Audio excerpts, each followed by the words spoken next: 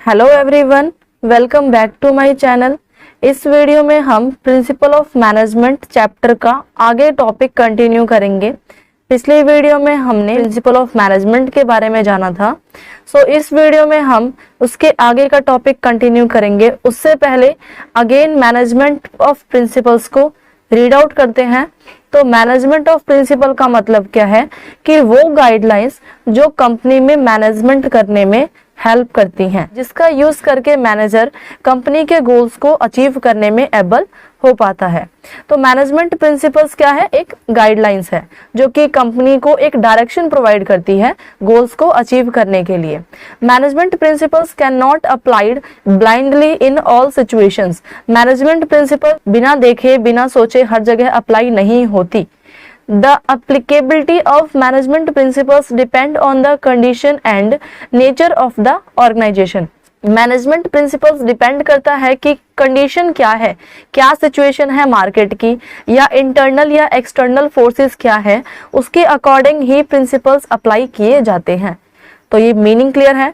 Next हम discuss करेंगे feature of management principles. Management principles के क्या क्या फीचर्स हैं? First, it is universal applicable. Management principle universally applicable होता है, फिर चाहे वो लो लेवल मैनेजमेंट हो या फिर मिडल लेवल मैनेजमेंट हो या टॉप लेवल मैनेजमेंट हो, हर एक लेवल ऑफ मैनेजमेंट पे अप्लाई किया जाता है principle of management. Okay, next है management principles is only general guidelines. Management principle just only guidelines दी गई है कि हमें अपने गोल्स को अचीव करने के लिए किस डायरेक्शन की तरफ मूव होना है। ओके, तो मैनेजमेंट प्रिंसिपल गाइडलाइंस है जो कि हमें अपनी गोल्स को अचीव करने के लिए एक डायरेक्शंस प्रोवाइड करती है। Next, it is formed by practices and experiment. Management principles को प्रैक्टिसेस से फॉर्म्ड किया गया है और अगेन एंड अगेन एक्सपेरिमेंट के बेस्ड पे मैनेजमेंट प्रिंसिपल्स को बनाया गया है। नेक्स्ट है it is flexible in nature. Management principle rigid नहीं होते, मींस मैनेजमेंट प्रिंसिपल को as a according to situation change किया जा सकता है। ओके, तो management principle is flexible in nature. Next, cause and effect relationship. Management principle जो है वो कॉज एंड इफेक्ट के बीच में रिलेशनशिप मेंटेन रखता है। इसका मतलब कि डिफरेंट कॉज के अकॉर्डिंग डिफरेंट प्रिंसिपल्स अप्लाई किया जाता है और उसी के अकॉर्डिंग उसका रिजल्ट आता है। तो इसलिए कहा गया है कि मैनेजमेंट जो है वो कॉज और इफेक्ट के बीच में रिलेशनशिप मेंटेन करता है। नेक्स्ट है कंटीजेंट। कंटीजेंट मीन्स संभावना। मतलब मैनेजमेंट प्रिंसिपल्स अप्लाई तो हम कर रहे हैं, लेकिन जरूरी नहीं है कि सेम प्रिंसिपल हर जगह अप्लाई हो। ये डिपेंड करता है कि सिचुएशन कैसी है, कंपनी के एक्सटर्नल और इंटरनल फोर्सेस किस तरीके के हैं, उसी के बिहाफ पे मैनेजमेंट प्रिंसिपल को अप्लाई किया जाता है। नेक्स्ट हम डिस्कस करेंगे 14 principles given by Henry fuel. Henry fuels ने जो प्रिंसिपल्स दिए हैं उनके बारे में हम डिस्कस करेंगे। तो हेनरी फ्यूल ने टोटल 14 प्रिंसिपल्स दिए हैं। Henri Fayol French mining engineer थे। Later he turned out to be a leading industrial and successful manager. बाद में वो इंडस्ट्री को लीड करने वाले पर्सन और एज अ सक्सेसफुल मैनेजर बन गए। ओके, तो फर्स्ट इन्होंने जो प्रिंसिपल दिया है वो है division of work. Henry Fayol ने कहा कि हमें कंपनी के जितने भी रिस्पॉन्सिबिलिटी है, जितना भी कंपनी का वर्कलोड है, उसको स्मॉल स्मॉल टास्क में डिवाइड कर देना चाहिए और उसको कंपनी में जितने भी लोग काम कर रहे हैं उनके क्वालिटीज और कैपेबिलिटीज के अकॉर्डिंग असाइन किया जाना चाहिए। इससे कंपनी का जो वर्कलोड है वो कम हो जाएगा लोगों के ऊपर और कंपनी भी स्मूथली रन करेगी। तो the work is divided into different kinds such as technical, accounting and financial. Company के अंदर जितने भी काम होते हैं उनको अलग अलग तरीके से डिवाइड कर दिया जाना चाहिए। It is assign to employees as per their qualities. उनकी क्वालिटीज के अकॉर्डिंग या उनकी कैपेबिलिटीज के अकॉर्डिंग ही उन्हें काम असाइन किया जाना चाहिए। नेक्स्ट प्रिंसिपल है जो हेनरी फ्यूल ने दिया है, अथॉरिटी एंड रिस्पॉन्सिबिलिटी। अथॉरिटी जो किसी भी कंपनी के लिए बहुत इंपॉर्टेंट होता है। अथॉरिटी का मतलब है कि डिसीजंस को लेने का राइट। अगर कंपनी का ऑनर कंपनी के मैनेजर को काम देता है कि आज एम्प्लॉयज से 1000 यूनिट का गुड्स प्रोड्यूस करवाना है, तो यहाँ पर मैनेजर जो है अपने अकॉर्डिंग डिसीजन ले सकता है कि एम्प्लॉयज को ओवरनाइट काम कराया जाए या ना कराया जाए, कितनी मशीन लगवाई जाएगी और एक मशीन पे कितने पर्सन काम करेंगे।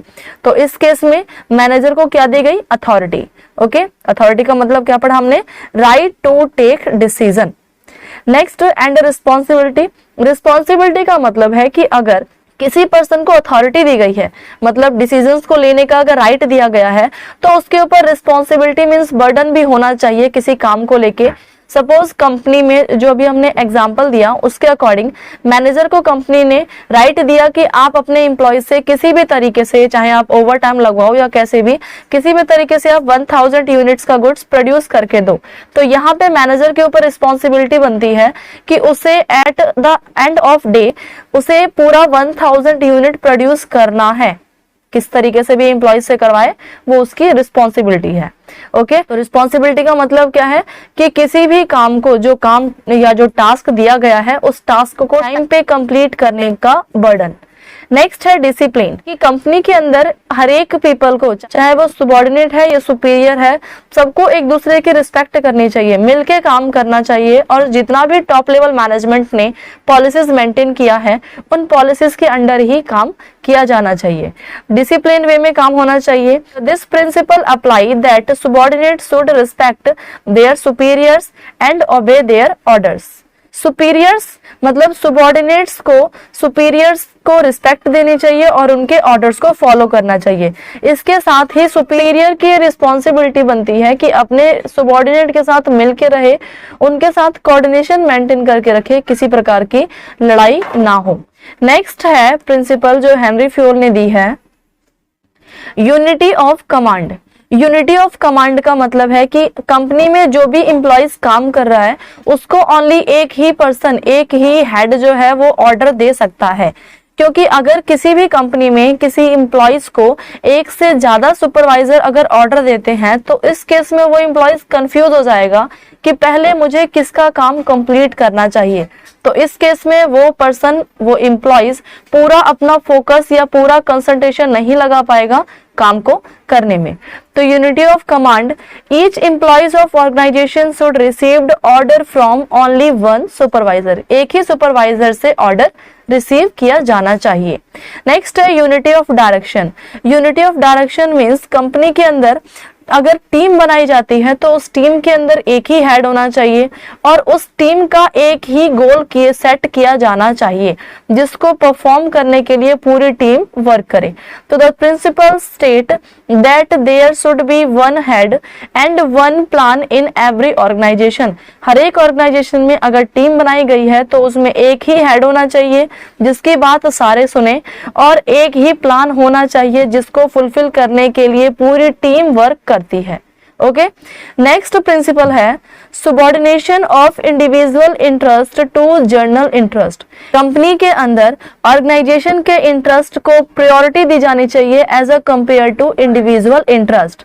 अगर कंपनी के अंदर इंडिविजुअल इंटरेस्ट और ऑर्गेनाइजेशन इंटरेस्ट दोनों सेम है तो बहुत अच्छी बात है, कंपनी इजीली प्रॉफिट अर्न कर पाएगी।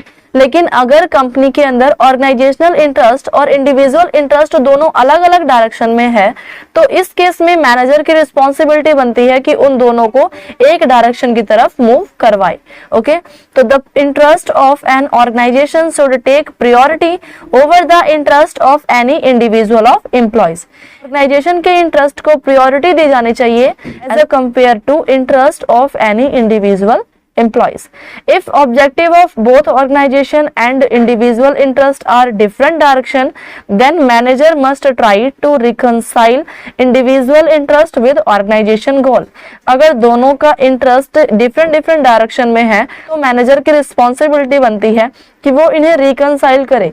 रिकंसाइल का मतलब है कि मैच करे कि ऑर्गेनाइजेशन के गोल में कहाँ चेंजेस है और एम्प्लॉयज की क्या क्या डिमांड है, उन दोनों को किसी भी तरीके से मैच करे जिससे कंपनी का गोल अचीव करने में आसानी हो।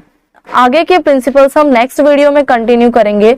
इस वीडियो में हमने टोटल 6 प्रिंसिपल्स को कवर कर लिया है। नेक्स्ट वीडियो में हम आगे के 8 प्रिंसिपल्स कंटिन्यू करेंगे। आई होप आपको ये टॉपिक क्लियर हो गया होगा।